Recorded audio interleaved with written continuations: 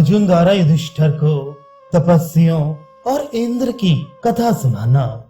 अर्जुन ने कहा, महाराज, इसी विषय में एक बार तपस्वियों के साथ इंद्र का संवाद हुआ था। वह प्राचीन इतिहास मैं आपको सुनाता हूँ। एक समय की बात है, कुछ कुलीन ब्राह्मण बालक जो अभी बहुत नादान थे, जिन्हें मूंछ तक नहीं आई थी, घर बार छोड़कर जंगल में चले आए, सन्यासी बन गए। इसी को धर्म मानकर वे प्रसन्न थे।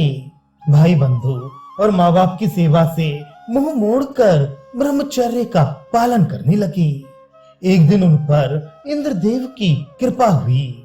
वे स्वर्णमय पक्षी का रूप धारण करके उनके पास गए और उन्हें सुनाकर कहने लगे, यज्ञ शिष्ट अन्न भोजन करने वाले महात्माओं ने जो कर्म किया है, वे दूसरे मनुष्यों से होना बहुत कठिन है।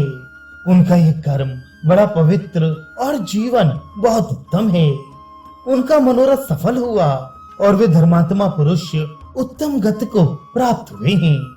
ऋषियों ने कहा, वाह, ये पक्षी यज्ञ शिष्ट अन्न भोजन करने वालों की प्रशंसा करता है, तो हम लोगों की ही प्रशंसा हुई, क्योंकि हम लोग ही यज्ञ शिष्ट अन्न भोजन करते हैं। पक्षी ने कहा, अरे, मैं तुम्हारी प्रशंसा नहीं करता, तुम तो झूठा खाने वाले और मूर्ख हो, पाप पंख में फंसे हुए हो। यज्ञ शिष्ट अन्न खाने वाले तो दूसरे ही होते हैं। ऋषियों ने कहा, पक्षी, यह बड़ा कल्याणकारी साधन है, ऐसा समझकर ही हम इस मार्ग का अवलंबन किए बैठे हैं। अब तुम्हारी बात सुनकर तुम पर हमारी श्रद्धा हुई है, अतः जो अत्यंत कल्याण करने वाला साधन हो वही हमें बताओ। पक्षी ने कहा, यदि तुम्हारा मुझ पर विश्वास है तो मैं यथार्थ बात बताता हूँ, उसे सुनो। चौपायों में गहू, धातुओं में सोना, शब्दों में प्रणव आदि मंत्र और मनुष्यों में ब्राह्मण श्रेष्ठ है।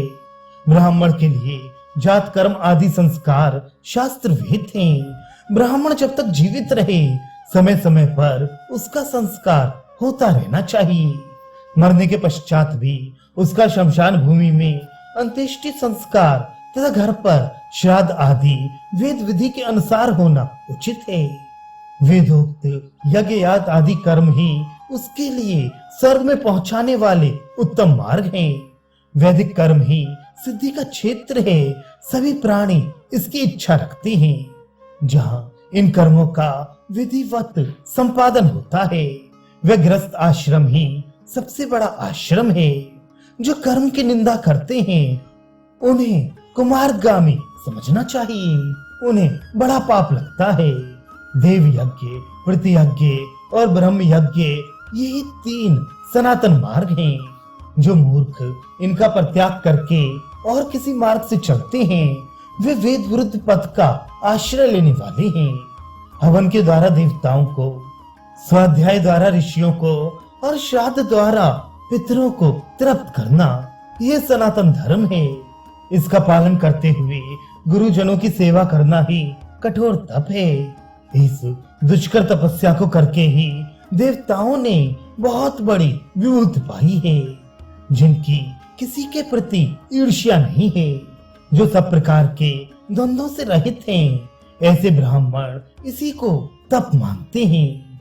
संसार में व्रत को ही तप कहते हैं, किंतु वह इसकी अपेक्षा मध्यम श्रेणी का है। जो यज्ञ शिष्ट अन्न भोजन करते हैं, उन्हें अविनाशी पद की प्राप्ति होती है। देवताओं, पितरों, अतिथियों तथा परिवार के अन्य लोगों को अन्न देकर जो स्वयं सबसे पीछे खाते हैं, वे ही यज्ञ शिष्ट अन्न भोजन करने वाले कहे गए हैं।